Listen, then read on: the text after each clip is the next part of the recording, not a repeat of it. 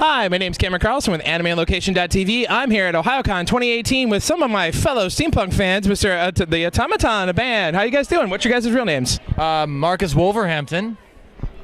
Captain Luthermead. All right. So how'd you guys get started in the worlds of music, either individually or as the band? I'll pass the mic to you guys. You guys can answer. Yeah, well, I really got into music at an early age. At 4, my dad introduced me to rock and roll. 6, 7 years later, I got a guitar under the Christmas tree, and I've been playing music ever since.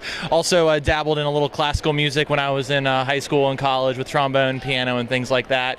Got into the band market shortly after graduating high school. I started getting into the local metal community, and I'd say about 4 years ago, I found myself joining this group of steampunk folks in Automaton. Alrighty, and Well, I'm not going to give you a life story like he did, but no, I've been surrounded by music my whole life since I was young, and ended up sticking with metal through Maiden, and Zeppelin, and whatnot. You know, this is how it is.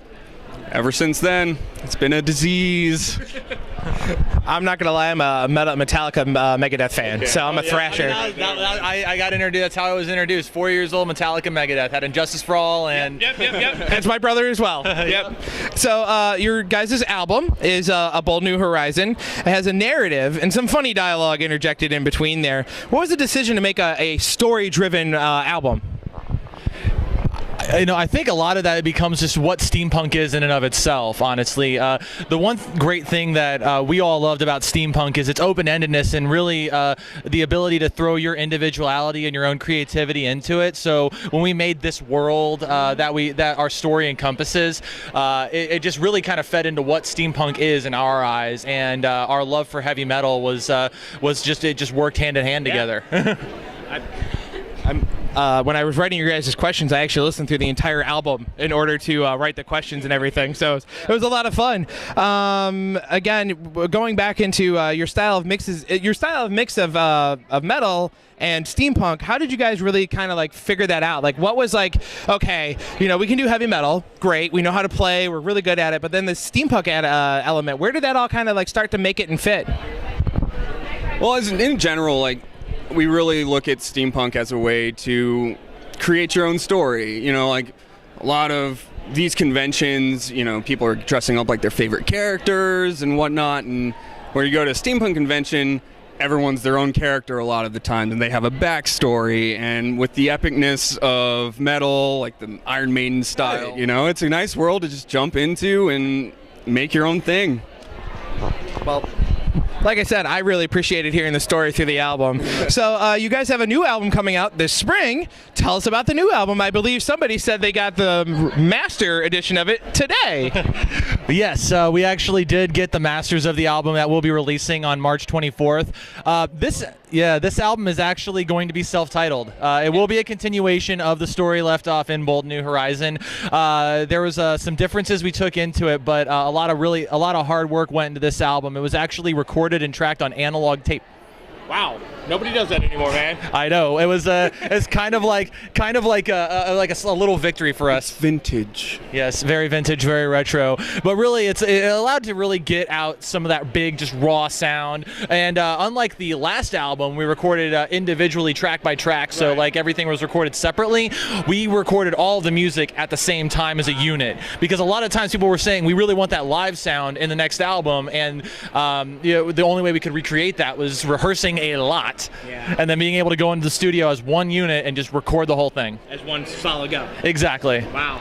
I applaud your talent and commitment to doing that. I mean, it's really hard. It is. I mean, you look at a lot of those early old school heavy metal guys who, okay, we're going to do the drums and we're going to do guitar, or we're going to do it all as one song, but then put it all mastered on, you know, that's tough. I commend your commitment to authenticity. Yeah, that's a word. Authenticity. Thank you. I'm an adult. So how will the new album be released differently compared to the old album? Like I said, it definitely has more of that raw style to it. So it's not polished very much. It's very much like you're just going to one of our shows, hearing us play live. You know, there's little scratches here and there, and if you liked the skits, we've taken out most of the skits to make the album flow better.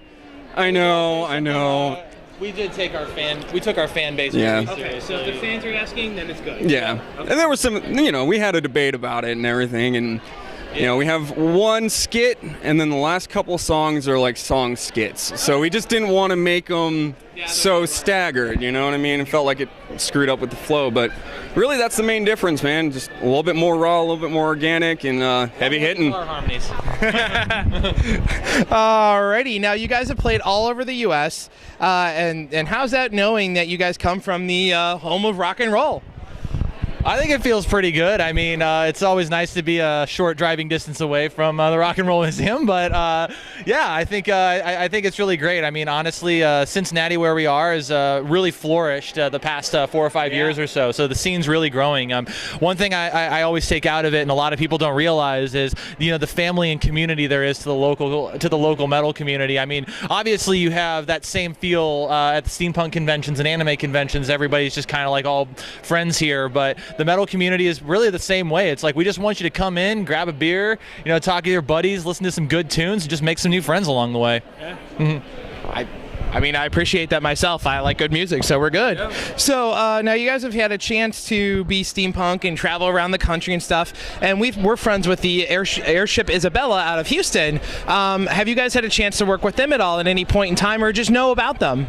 Well, I mean, I know we've had a couple of situations where we've ran into the captain of that airship in passing, but we've never actually worked directly with him on anything. Okay. Obviously, we'd welcome the opportunity to do something with them sometime, because they are very well known and they're very nice people. Yeah. And they're really good at what they do. Exactly.